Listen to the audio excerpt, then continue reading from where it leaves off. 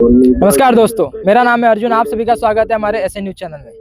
दोस्तों, जैसे कि आप जानते हैं, संत रामपाल जी महाराज जी के सानिध्य में पूरे भारतवर्ष में कबीर साहिब जी के निर्वाण दिवस के उपलक्ष्य में ये दिव्य महासमागम का आयोजन किया गया है। पूरे भारतवर्ष में 14 सतलोक आश्रम है जहाँ पे ये समागम मनाया जाने वाला है। आज इस समागम की फर्स्ट डेट है, 27 आज की तारीख है और आज ये समागम स्टार्ट हो चुका है। बहुत ही भारी मात्रा में यहाँ पे श्रद्धालु आए हैं, महाराष्ट्र के भी आए हैं, अदर स्टेट के भी आए हैं। बहुत ही भारी मात्रा में लोग हमें यहाँ पे देखने को मिल रहे हैं। अलग अलग प्रांत से श्रद्धालु यहाँ पे आए हुए हैं, भंडारा ग्रहण कर रहे हैं। हम आपको लेके चलेंगे अब आश्रम में। लेकिन दोस्तों, इससे पहले जानने की कोशिश करते हैं कि संत रामपाल जी महाराज एक ऐसे संत जो हरियाणा से बिलोंग करते हैं, जो हरियाणा से है, और उनके अनुयायी, उनके श्रद्धालु या उनको चाहने वाले जो लोग हैं, उनकी संख्या पूरे भारतवर्ष में बढ़ती जा रही है। साथ ही साथ गुजरात में ले लो, अन्य जो जितने भी राज्य है जहाँ पे संत रामपाल जी महाराज जी के जो अनुयायी है, उनकी संख्या दिन ब दिन बढ़ती जा रही है, उनकी लोकप्रियता दिन ब दिन बढ़ती जा रही है। आज हम महाराष्ट्र में स्थित है, यहाँ पे सतलोक आश्रम धवलपुरी में स्थित है। यहाँ पे भी कबीर साहिब जी के निर्वाण दिवस के उपलक्ष्य में लाखों में भीड़ यहाँ पे आई हुई है।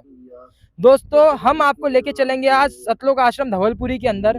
वहां पे हम जानने की कोशिश करेंगे कि क्या ऐसा कारण है, क्यों संत रामपाल जी महाराज जी से लोग जुड़ते जा रहे हैं, क्यों महाराष्ट्र के लोग भी संत रामपाल जी महाराज जी को अपना गुरु, अपना मसीहा या अपना भगवान कह रहे हैं, क्यों श्रद्धालु उनसे ज्यादा कनेक्ट कर पा रहे हैं, क्या ऐसा कारण है। आइए हमारे साथ। दोस्तों, अभी हम सतलोक आश्रम धवलपुरी की जो प्रदर्शनी है यहाँ पे मौजूद है। यहाँ पे आप देख पा रहे होंगे तो बहुत ही अच्छी मात्रा में जो है श्रद्धालु आए हुए हैं, बैठे हुए हैं। और जहाँ पे अभी हम खड़े हैं, आप देख पा रहे होंगे बहुत अच्छी चहल पहल है यहाँ पे। अच्छे अच्छे जो बैनर्स लगाए गए, आर्टिक्राफ्ट है वो बनाए गए, वो लगाए गए हैं। और अगर अभी आप यहाँ पे भी देख पा रहे होंगे, ये सारी जितनी भी अपनी आध्यात्मिक पुस्तकें हैं, और सिर्फ एक धर्म की नहीं, पर्टिकुलर हिंदू धर्म की नहीं, तो सारे धर्मों की जितनी भी सैक्रेड पवित्र पुस्तकें जिसे कहा जाता है, आध्यात्मिक पुस्तकें, वो सारी यहाँ पे रखी गई है। और यहाँ पे जो अनुयायी या सेवादार जो बैठे हैं, उनका काम है कि वो लोगों को इसमें से जो भी उनके प्रश्न होते हैं, शंका होती है, उसके बारे में उनको बताते हैं या इस पुस्तक के बारे में उनको बताते हैं। तो हमारा जो सवाल था, आइए इनसे जानने की कोशिश करते हैं इनके क्या विचार है उसके बारे में, या क्या इनका क्या कहना है। नमस्कार सर। नमस्कार जी। क्या नाम है आपका? मेरा नाम विजय दास। सर, हम एक जानना चाहेंगे आपसे कि जैसे भी आप जानते हैं सतलोक आश्रम धवलपुरी ये तो महाराष्ट्र में है, लेकिन संत रामपाल जी महाराज जी के जो अनुयायी है, जो कि संत रामपाल जी महाराज खुद हरियाणा से बिलोंग करते हैं, एक हरियाणा के संत है, लेकिन महाराष्ट्र के अंदर उनकी आज इतनी भारी मात्रा में जो है श्रद्धालु यहाँ पे आ रहे हैं, उनको देखने के लिए आ रहे हैं, या फिर उनका जो ये सत्संग समारोह है या दिव्य समागम है, इसको अटेंड करने के लिए आ रहे हैं। तो क्या कारण लगता है सर कि संत रामपाल जी महाराज जी को ही लोग पसंद कर रहे हैं? इवन महाराष्ट्र के अंदर बहुत सारे ऐसे संत हैं, बहुत सारे ऐसे सैकड़ों संत हैं जो अच्छे खासे लोकप्रिय है, लेकिन उनको छोड़ के लोग संत रामपाल जी महाराज जी के पास आ रहे हैं, उनका ज्ञान समझ रहे हैं या उनसे नाम दीक्षा ले रहे हैं। क्या लगता है जी, इसमें मेरे विचार से जो आप लोकप्रिय बोल रहे हैं, वो लोकप्रिय सिर्फ टीवी पे या लोगों की संख्या से हम लोकप्रिय मानते हैं उनको, कि उनके पीछे करोड़ों लोग दौड़ रहे हैं। अब लोगों को अभी तक संत रामपाल जी महाराज जी ने जो ज्ञान बताया है, जो उन्हीं की किताबों में से, ये किताबें कोई अलग नहीं है, सभी धर्मों की है और सभी धर्मों की पहले से आई हुई है, ऐसी कुछ नहीं कि अभी कल छपी और परसों दी। तो ये सब किताबों में से जो कबीर साहब का जो ज्ञान दिया हुआ है, वो सब मिलके एक ही बात बोल रहा है कि कबीर साहब ही भगवान है। अब ये बाकी संतों का क्या रहता है, कोई हनुमान जी को बड़ा बताते हैं। बट सर, एक सवाल ये भी आता है ना कि कबीर साहब जी के बारे में बता रहे हैं, और महाराष्ट्र से कबीर साहब जी जो है, इतिहास के अकॉर्डिंग अगर हम देखते हैं तो कबीर साहब जी हुए काशी में, और महाराष्ट्र आता है एकदम वेस्ट साइड में, 1200-1300 किलोमीटर का डिस्टेंस है। फिर भी यहाँ पे लोग उनको या उनके जो संत है, जो संत उनके बारे में ज्ञान दे रहे हैं, उनको ज्यादा मान रहे हैं, उनके बारे में समझ रहे हैं। क्या ऐसा कोई सिनारियो है कि जहाँ पे महाराष्ट्र के संतों ने भी ये उल्लेख किया हो कि कबीर साहब जी ही भगवान है या कबीर साहब जी सच्चे भगवान है, इसी वजह से लोग उनसे जुड़ रहे हो? जी हाँ, इतिहास में तो ऐसा उल्लेख है कि नामदेव महाराज जो थे, महाराष्ट्र के संत थे, और यहाँ से जब काशी बनारस गए तो कबीर साहब से उनकी मुलाकात हुई, नाम दीक्षा ली, और उन्होंने वहीं से प्रचार प्रसार शुरू किया, और पंजाब में जाके उनका देहांत हुआ। तो नामदेव महाराज और जनाबाई का एक ये आता है, वो नाम ज्ञानदेव महाराज को बताते हैं, ज्ञानेश्वर महाराज को, कि हेची ज्ञान दिले कबीराने, यानी चारों युगों में कबीर साहब आते हैं, और जो ज्ञान नामदेव महाराज को दिया, वो जो अब मैं बता रही हूँ, वही ज्ञान नामदेव महाराज को दिया और यही ज्ञान चारों युगों में कबीर साहब ने अपने अपने शिष्यों को दिया और यही ज्ञान सच्चा है। इसके अलावा जो भी संत अलग ज्ञान जो बताता है उसका मुंह काला होगा। यहाँ तक जनाबाई ने, मुक्ताबाई ने, जो भी अपने संत हुए महाराष्ट्र के, आप देख सकते हैं उनकी मुक्ताबाई की सनद नाम की किताब है, उसमें हमने मराठी में देखा तो बिल्कुल सच पाया कि चारों युग में हम लोग बोलेंगे कि ब्रह्मा विष्णु महेश तो बड़े हैं, कबीर साहब तो कलयुग में ही है, तो ऐसा नहीं है। उस सनद में क्लियर कर दिया है कि बिल्कुल कबीर साहब चारों युग में आते हैं और अपने अच्छे भक्तों को मिलते हैं और अपना प्रचार प्रसार करते हैं। इस प्रकार महाराष्ट्र में कोई अछूत नहीं रहा महाराष्ट्र की वही कबीर साहब का ज्ञान यहाँ तक नहीं पहुँचा हुआ।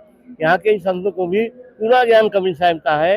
ज्ञानेश्वरी में आप देख सकते हैं बिल्कुल वो अब उनकी कोड लैंग्वेज है वही समझना बाकी है। सिर्फ अब जो गीता जी में था, अभी तक तो गीता जी सभी ने पढ़ी बाकी, लेकिन उसमें से जो भी ज्ञान लेना था वो सिर्फ रामपाल जी महाराज ने ही क्लियर करके बताया है कि ये ज्ञान ऐसा है। गीता जी तो वही है, तो ऐसा ज्ञानेश्वरी में भी है, सभी ग्रंथों में है। ज्ञान का सच दबाया जा सकता है, छुपाया नहीं जा सकता। तो आपका कहना है कि महाराष्ट्र के संतों को पहले से कबीर साहब जी के बारे में पता था और नामदेव महाराज जी जो थे उन्होंने कबीर साहब जी दीक्षा ली थी और इसी कारण से महाराष्ट्र के लोग भी आज उनको समझ रहे हैं उस सारी बातों को और वो भी संत रामपाल जी महाराज जी से जुड़ रहे हैं क्योंकि संत रामपाल जी महाराज जी कबीर साहब जी के बारे में सच्चा ज्ञान दे रहे हैं।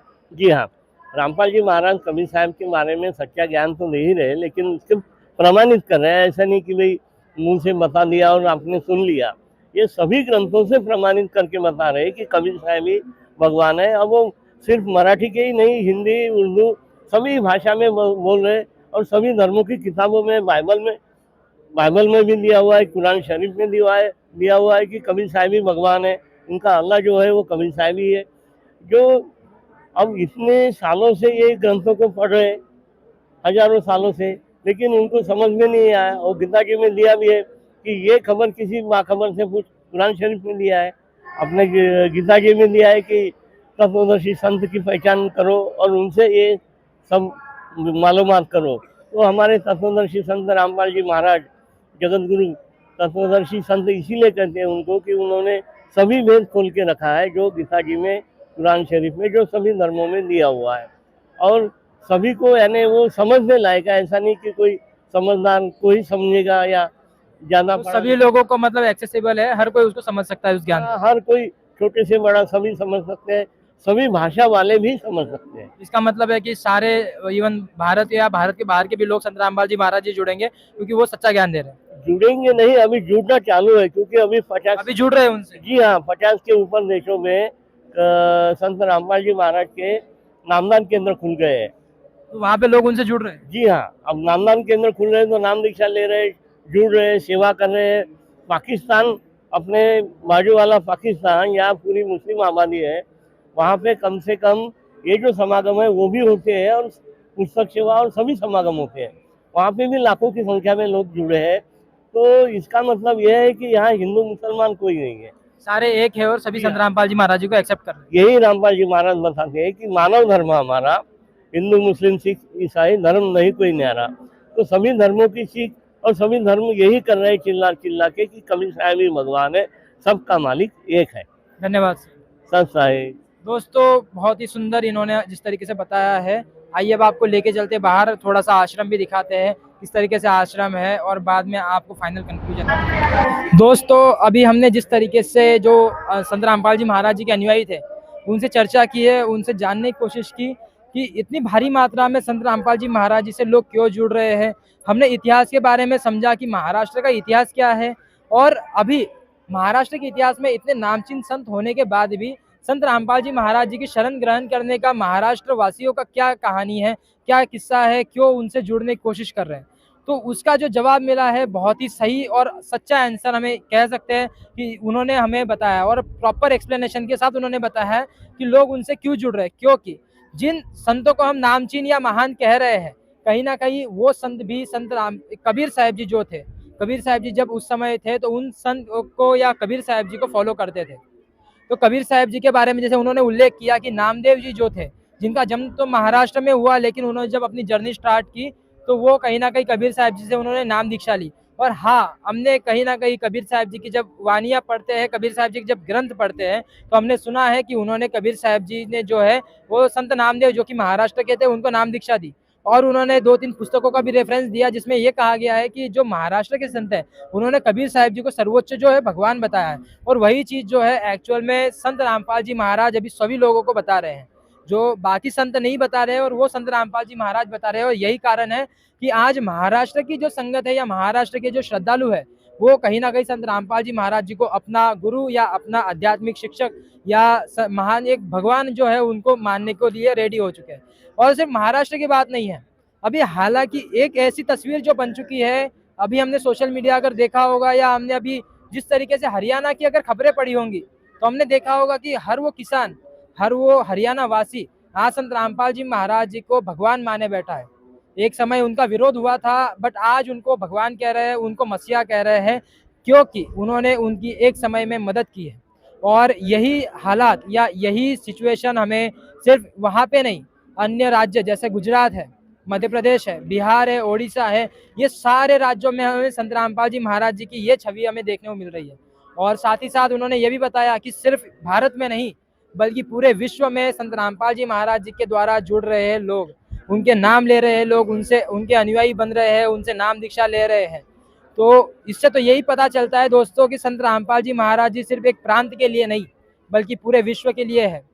सिर्फ एक प्रांत मात्र सीमित नहीं है, उनका ज्ञान एक प्रांत मात्र सीमित नहीं है, वो पूरे विश्व के लिए है, सभी लोग उनसे जुड़ रहे हैं। और यही आज का जो हमारा सवाल था कि संत रामपाल जी महाराज जी की जो लोकप्रियता है वो महाराष्ट्र में पर्टिकुलर रीजन में क्यों बढ़ रही है, तो उसका तो यही आंसर है कि यहाँ के जो संत है उन्होंने ही जो उल्लेख किया था उसी के बारे में कबीर साहब जी अपने वानियों में या संत रामपाल जी महाराज अपने सत्संगों में बता रहे हैं। और उसी वजह से यहाँ के लोग भी जुड़ रहे हैं और जो अन्य जगह के अन्य प्रांत के जो लोग हैं वो भी संत रामपाल जी महाराज जी से जुड़ रहे हैं। ऐसे ही अपडेट जानने के लिए जुड़े रहिए हमारे साथ ऐसे न्यूज़।